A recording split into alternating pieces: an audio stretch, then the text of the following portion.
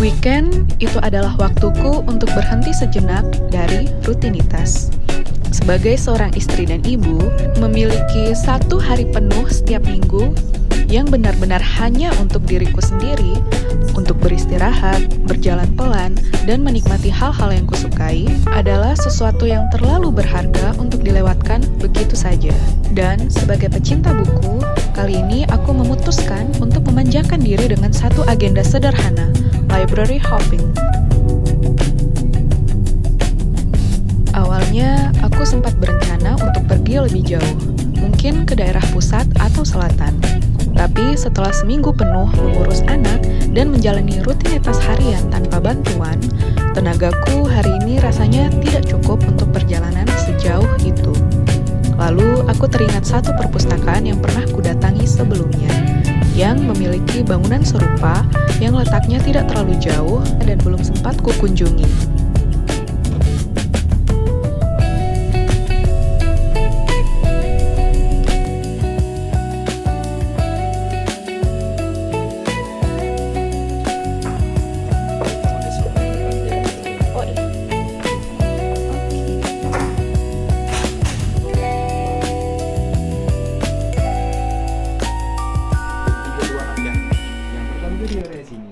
Karya bookstore. Jadi untuk Koma, selain perpustakaan, kami juga menulis dan publish buku-buku yang di sini yang maritas besar tentang arsitektur. Mungkin nanti kalau penasaran dan ingin baca, itu bisa pakai udah kebuka di lemari belakang sana. Oh iya.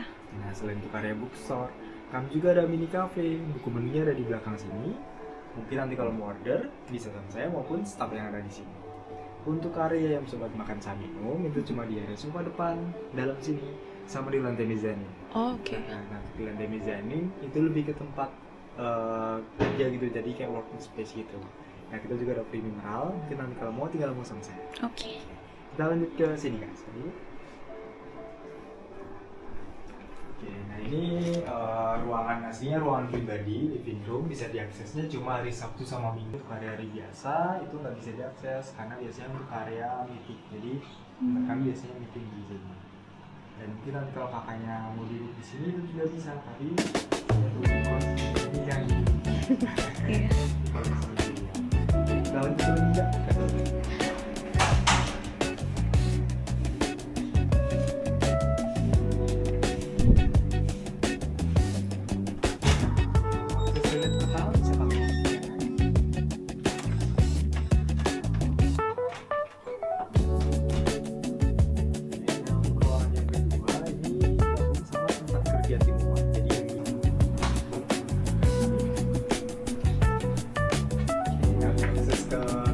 Toilet yang kedua bisa pakai yang di sini. Kita lanjut ke sini.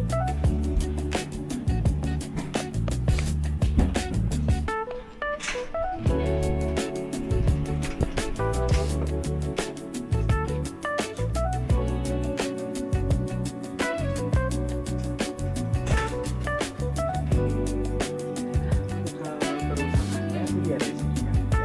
Itu kan terjadi dua bagian. Untuk rak belakang sama rak kiri. Tentang arsitektur semua.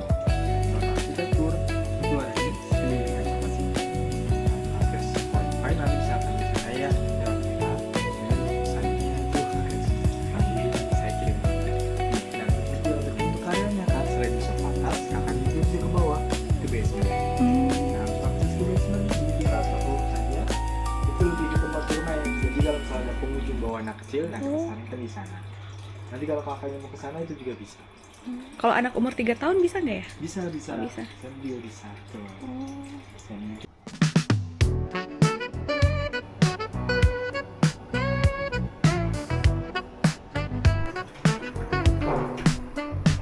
Dan jujur saja, tempat ini terasa seperti lebih dari sekadar perpustakaan. Rasanya seperti sedang masuk ke sebuah karya seni yang bisa ditinggali. Setiap sudutnya terasa dipikirkan dengan sangat detail. Bukan hanya indah secara visual, tapi juga punya suasana dan karakter yang kuat.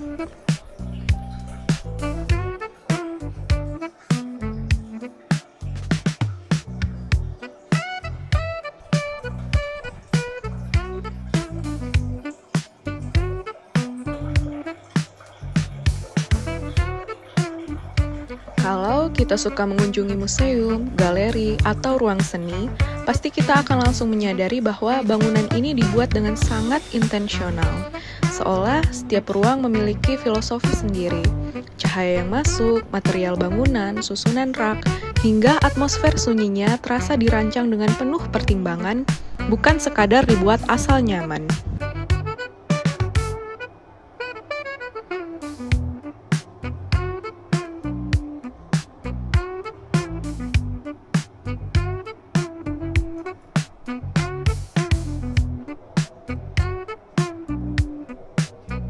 Aku sendiri sebenarnya sangat awam dengan dunia arsitektur.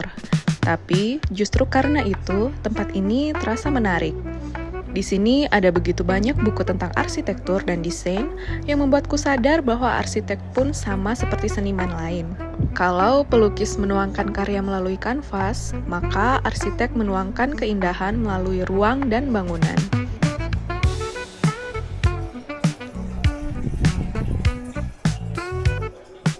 Dan mungkin itulah kenapa berada di sini terasa berbeda. Bukan hanya membaca buku, tapi seperti ikut merasakan cara penciptanya memandang dunia.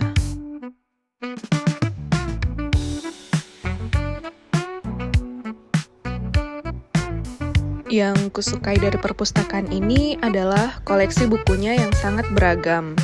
Tidak hanya tentang arsitektur, tapi juga novel, sastra, seni, hingga buku-buku populer dan langka.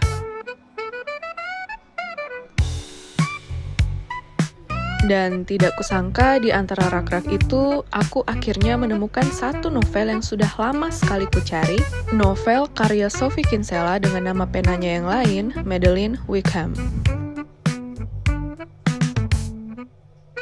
Aku sudah menamatkan semua karya Sophie Kinsella, dan sudah lama aku mencari novel-novel karangannya di bawah nama samaran Madeleine Wickham.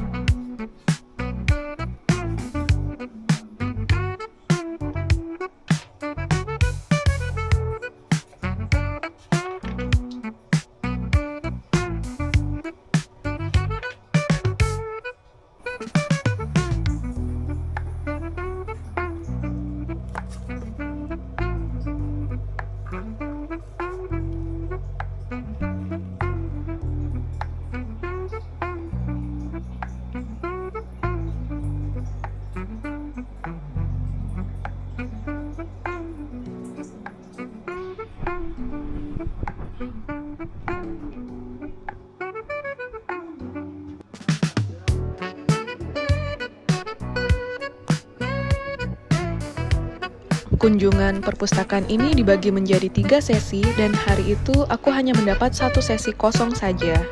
Karena itu, 2 sesi berikutnya kuputuskan untuk kuhabiskan di perpustakaan lain, beristirahat, membaca, dan benar-benar menikmati hari tanpa terburu-buru.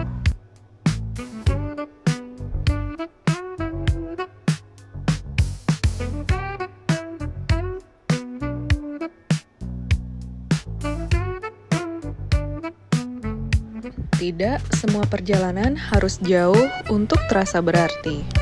Kadang 1 hari yang tenang, 1 perpustakaan kecil, dan 1 buku yang tepat sudah cukup untuk membuat hati terasa penuh kembali. Pasti di sana atau di sini? Di sini.